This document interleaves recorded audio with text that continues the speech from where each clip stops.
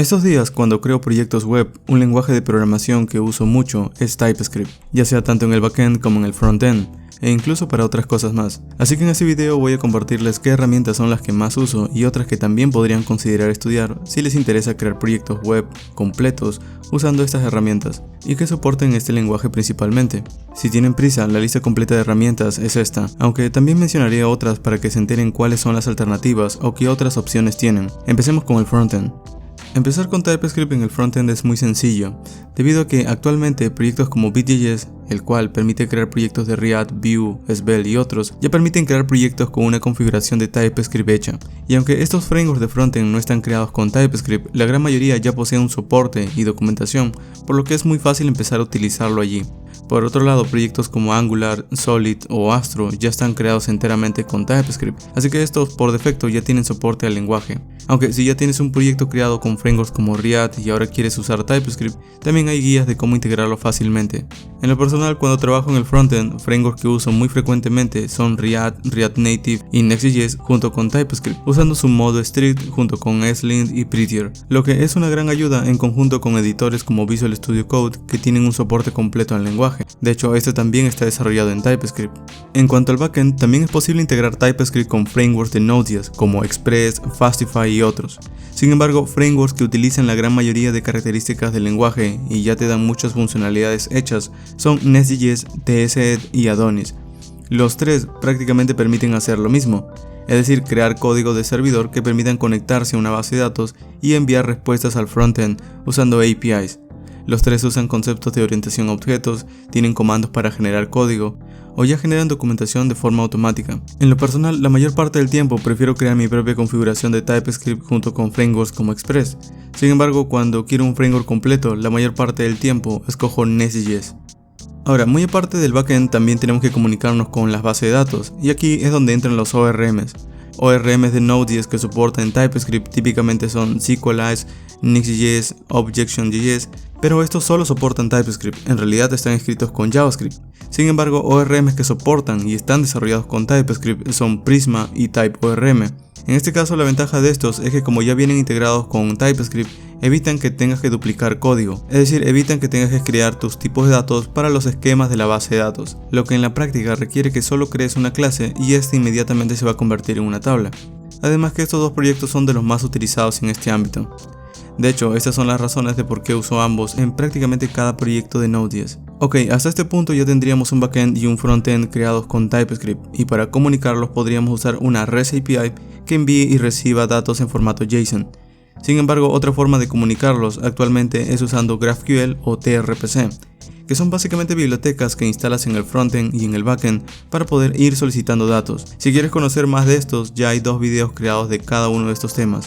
De los dos, el que más uso es GraphQL, porque este es un lenguaje mucho más robusto y que está diseñado específicamente para comunicar proyectos de backend y frontend.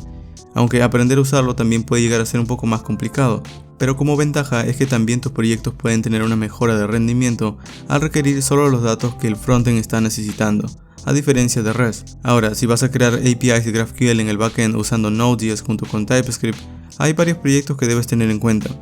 Uno es TypeGraphQL y otro es GraphQL Code Generator. La diferencia de estos es que, por ejemplo, TypeGraphQL te permite crear tu API de GraphQL solo usando clases de TypeScript.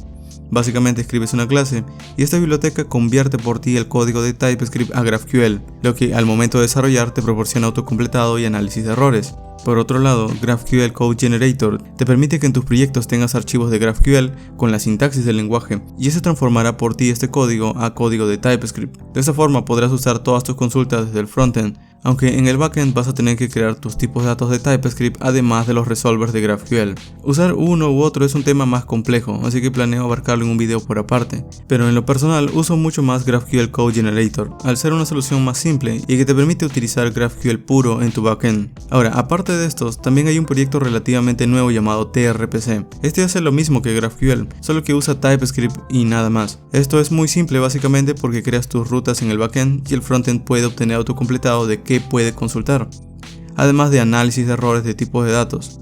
Sin embargo, TRPC es solo para monorepos y aún no tiene soporte para otros frameworks que no sean React o Svelte, así que GraphQL sigue siendo una opción muchísimo más grande y estandarizada. Ahora, en cuanto a bibliotecas en el ecosistema de TypeScript, hay varias que son muy útiles porque puedes usarlas tanto en el frontend como en el backend, ya que estamos utilizando el mismo lenguaje en ambos lados. Una de estas es SOT, que permite validar datos tanto en el backend y en el frontend. Puedes usarlo en proyectos como React, puedes usarlo en proyectos como Express o en Next.js, o puedes utilizarlo en prácticamente cualquier proyecto que pueda soportar TypeScript. Aunque no es el único proyecto, otros también similares son Class Validator, solo que este está basado en clases en lugar de utilizar funciones como lo es SOT. Y ambas obviamente están creadas en TypeScript. Luego también tenemos tsdoc, que es un proyecto que te permite generar documentación a partir de los tipos de datos de tu código y los comentarios. Estos generan páginas completas. De hecho, documentaciones de proyectos como Monaco Editor, que es lo que usa Visual Studio Code, o la misma documentación de tsdoc están creadas utilizando esta biblioteca. También está TypeScript Slint, que te permite configurar rápidamente Slint en proyectos de TypeScript, simplemente añadiendo configuraciones sencillas. O también proyectos de Machine Learning como TensorFlow.js o Brain.js que te permiten ejecutar modelos de ML dentro del navegador. Obviamente estos dos proyectos están desarrollados utilizando TypeScript. Y a partir de aquí también hay proyectos como T3Stack, que es básicamente un generador de proyectos que utilizan Next.js, TypeScript, React, TRPC y Tailwind para poder crear un stack completo. Aunque de nuevo esto no es una tecnología nueva, es simplemente una herramienta que te permite combinar proyectos o herramientas que ya existen de forma conjunta. Y finalmente tenemos el entorno donde se ejecuta este lenguaje, que actualmente es Node.js principalmente. Sin embargo, en este tenemos que instalar y configurar TypeScript para poder usarlo correctamente, mientras que alternativas más modernas como Deno o Van ya tienen soporte al lenguaje, además de ser mucho más rápidas. Aunque de estos dos últimos, Deno está mucho más cerca de ser usable.